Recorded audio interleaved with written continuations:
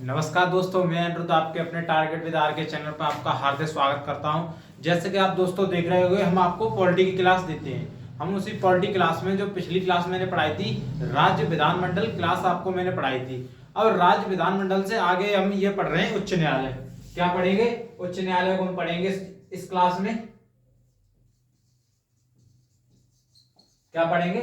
उच्च न्यायालय पढ़ेंगे। उच्च न्यायालय को हम काफी अच्छी तरीके आपको समझाएंगे। अब जितने भी दिन आप देख रहे होंगे, काफी दिन से हमारी क्लास ब्रेक हो गई।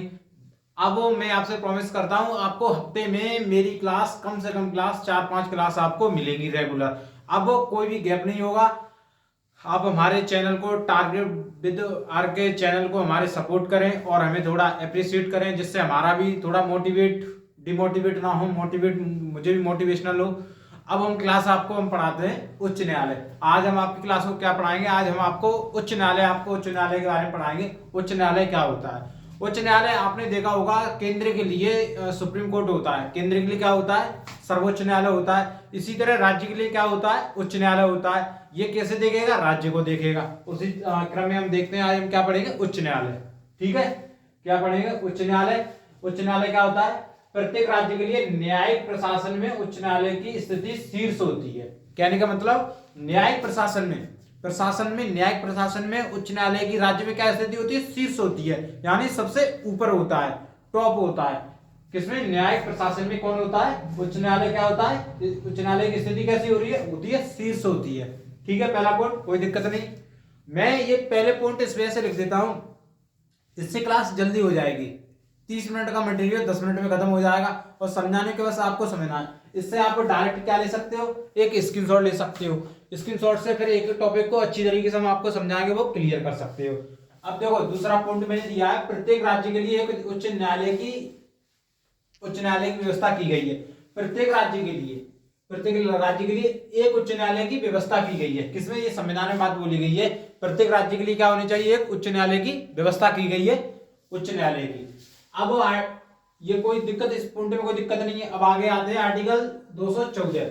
आर्टिकल 214 में बोला गया है, प्रत्येक राज्य एक उच्च न्यायालय, प्रत्येक राज्य एक उच्च न्यायालय। प्रत्येक राज्य में क्या होगा? एक उच्च न्यायालय होगा। प्रत्येक राज्य में क्या होगा? एक उच्च न्यायालय होगा। उच्च न्यायालय का काम क्या होता है? न्याय व्यवस्था देखना। ठीक है, आर्टिकल 215 में उच्च न्यायालय अभिलेख न्यायालय होगा।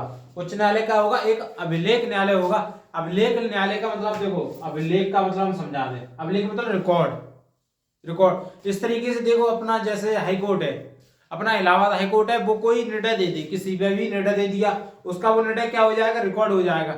अगर वो रिकॉर्ड होने का मतलब है, कोई भी उच्च न्यायालय या कोई भी जो निचले जिला स्तर पे, इस स्तर पे उसके वो दे सकते हैं, उस पर अपना क्या जजमेंट सुना सकते हैं कि इस केस के लिए ये उस उच्च न्यायालय ने ये जजमेंट दिया था, इस बेस पे हमें ये भी जजमेंट दे रहे हैं। इसे बोलते हैं अभिलेख। ठीक है, क्या बोलते हैं? अभिलेख। समझ रहे हो? अभिलेख का मतलब रिकॉर्ड के रूप में दर्ज हो जाना। कोई भी चीज जजमेंट देने के बाद दूसरा न्यायालय भी क्या दे सकता है? उस तर्ज पे वही जजमेंट दे सकता है। ये से बोलते हैं अभिलेख न्यायालय होगा। उच्च न्यायालय क्या होगा? एक अभिलेख न्यायालय होगा। अब आगे पॉइंट है, उच्च न्यायालय के न्यायाधीश की नियुक्ति कौन करता है? राष्ट्रपति करता है। उच्च न्यायालय की नियुक्ति कौन करता है? राष्ट्रपति करता है। सिंपल है, कोई दिक्कत नहीं है। ठीक है, अब उच्च न्यायालय के न्यायाधीश राष्ट्रपति को संबोधित करके अपना पद त्याग सकते हैं। जो उच्च न्यायालय के जो न्यायाधीश होते हैं, वो राष्ट्रपति को संबोधित करके, राष्ट्रपति को बता के अपना क्या सकते हैं? त्याग पत्र दे सकते हैं। किससे? न्यायालय न्यायाधीश के पद से अपना क्या दे सकते हैं? राष्ट्रपति को संबोधित करके अपना त्याग पत्र दे सकते हैं। अगर राष्ट्रपति के आदेश से, अब देखो, उच्च न्यायालय के जो न्यायाधीश होंगे वो कैसे हटाए जाएंगे? तो राष्ट्रपति के आदेश से हटाया जा सकता है। राष्ट्रपति के आदेश से हटाया जा सकता है। किसे हटाया जा सकता है? राष्ट्रपति के आदेश से किसे हटाया जा सकता है? न्यायाधीश को राष्ट्रपति के आदेश से हटाया जा सकता है। ठीक है, उच्च न्यायालय के न्यायाधीश किसे हटाया जा सकता है? उच्च न्यायालय के न्यायाधीश को। अब इसकी योग्यता क्या क्या होती है? योग्यता को हम आगे देखते हैं। 10 वर्ष तक न्यायिक पद पर हड़ कर चुका हो, यानी 10 वर्ष तक वो न्यायिक पद क्या कर चुका हो? हड़ कर चुका हो, यानी कहीं जज के रूप में उसने काम किया हो, पहली योग्यता। या फिर क्या योग्यता होनी चाहिए? उच्च न्यायालय में लगातार 10 वर्ष वकालत की हो। उच्च न्यायालय में क्या की हो? 10 वर्ष क्या की हो? वकालत की हो। कहां पर? उच्च न्यायालय में उसने। या तो उसने 10 वर्ष तक जज के रूप में काम किया हो, या फिर उच्च न्यायालय में लगातार 10 वर्ष तक क्या की हो, वकालत की हो, यानी वकील के रूप में किसी के केस लड़ना, ये करना वो करना, ये क्या है सब वकालत बोलते हैं। क्या कर रहे हैं, बोलते हैं ना, वो वकालत करते हैं, वकील यानी वकील के उच्च न्यायालय में वो वकील के तर्ज पर उसने वकालत की हो। ठीक है, कोई दिक्कत नहीं। अब उच्च न्यायालय के न्यायाधीशों को वेतन, जो वेतन दिए जाते हैं वो कहां से दिए जाते हैं, राज्य की संचित निधि से दिया जाता है। राज्य से कहां दिया जाता है, संचित निधि से वेतन दिया जाता है। किससे, राज्य की संचित निधि से वेतन दिया जाता है। ठीक है, और जो सुप्रीम कोर्ट के जो न्यायाधीश होते हैं उनका कहां से दिया जाता है, केंद्र की संसद की संचित निधि से दिया जाता है। ठीक है, कोई दिक्कत नहीं।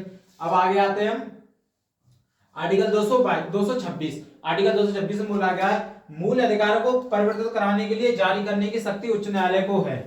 कहने का मतलब जो फंडामेंटल राइट का हनन होगा, परिवर्तित कराने के लिए, लागू करने, जो फंडामेंटल किसी का हनन हो जाए, मूल अधिकार का किसी का हनन हो जाए, तो आर्टिकल 226 के तहत कहां जा सकते हो, हाई कोर्ट जा सकते हो।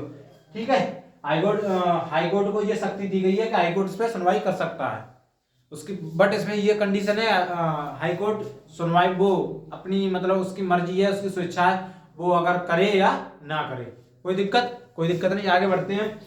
अब आर्टिकल 227 में ये बात बोली गई है, उच्च न्यायालय उस राज्य के सभी न्यायालयों पर अधीक्षण करने की शक्ति रखता है। अधीक्षण, जो जिस राज्य में उच्च न्यायालय होगा, जिस राज्य में उच्च न्यायालय होगा, उच्च न्यायालय के भी बाद भी क्या होंगे, राज्य के सभी न्यायालय और भी न्यायालय होंगे, सत्र पे होता है। ठीक है, जिला सत्र होता है, उस पर भी क्या अधीक्षण, उस पर कंट्रोल करने की शक्ति रखता है, उस पर अधीक्षण में देखरेख की करने की क्या रखता है, शक्ति रखता है। ये बात किसमें बोली गई है, आर्टिकल 227। ये क्वेश्चन आया है कि कौन से आर्टिकल के तहत तो उच्च न्यायालय राज्य के सभी न्यायालयों में अधीक्षण करने की शक्ति रखता है, तो आर्टिकल 227। कोई दिक्कत नहीं। आगे बढ़ते हैं। वर्तमान में 25 क्या है, उच्च न्यायालय है। कहने का मतलब 25 उच्च न्यायालय हैं भारत में। कितने न्यायालय हैं, उच्च न्यायालय हैं। आप सोच रहे हो कि 28 तो राज्य ही हैं, 25 न्यायालय कैसे हो गए। तो एक हाई कोर्ट कई राज्यों में कर सकता है, एक से अधिक राज्यों के लिए वो क्या कर सकता है, वो देख रेख कर सकता है, एक उच्च न्यायालय। ठीक है, तो इस वजह से कैसे कितने हो गए, 25 न्यायालय हो गए, उच्च न्यायालय।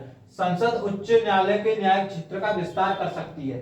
संसद के ऊपर डिपेंड करता है कि उच्च न्यायालय को कितने राज्य देने हैं। जैसे अपना इलाहाबाद हाई कोर्ट है, तो बस उसके लिए क्या है, उत्तर प्रदेश है। अब मद्रास वाले के लिए उसमें कई हैं, इसी तरीके से कई होते हैं। अब इलाहाबाद उच्च न्यायालय की स्थापना कब की गई थी, 1866 ईस्वी में। इलाहाबाद उच्च न्यायालय की स्थापना कब की गई थी, 1866 ईस्वी में की गई थी। ठीक है, अब एक आर्टिकल जो कई पेपरों में देखा गया है वो बताते हैं। आर्टिकल 235, कौन सा, आर्टिकल 235, उच्च न्यायालय अधीनस्थ न्यायालयों पर नियंत्रण रखता है। वही चीज है, उच्च न्यायालय क्या रखता है, नियंत्रण रखता है। ठीक है, आर्टिकल 235। अब एक चीज है कि लोक अदालत, जैसे आपके अखबार में, जैसे आपके गांव में कई चीज आप देखते होंगे कि लोक अदालत लगी हुई है। क्या लगी हुई है, लोक अदालत लगी हुई है तहसील में। तो लोक अदालत इसलिए लगी होती है कि कोई जैसे एनपीए होता है। एनपीए मतलब जो बैंक से लोन ले लेते हैं फिर बैंक में लोन नहीं करते हैं, उन्हें एनपीए बोल देते हैं। एनपीए मतलब नॉन परफेक्ट एसेट्स, गैर निष्पादन संपत्ति।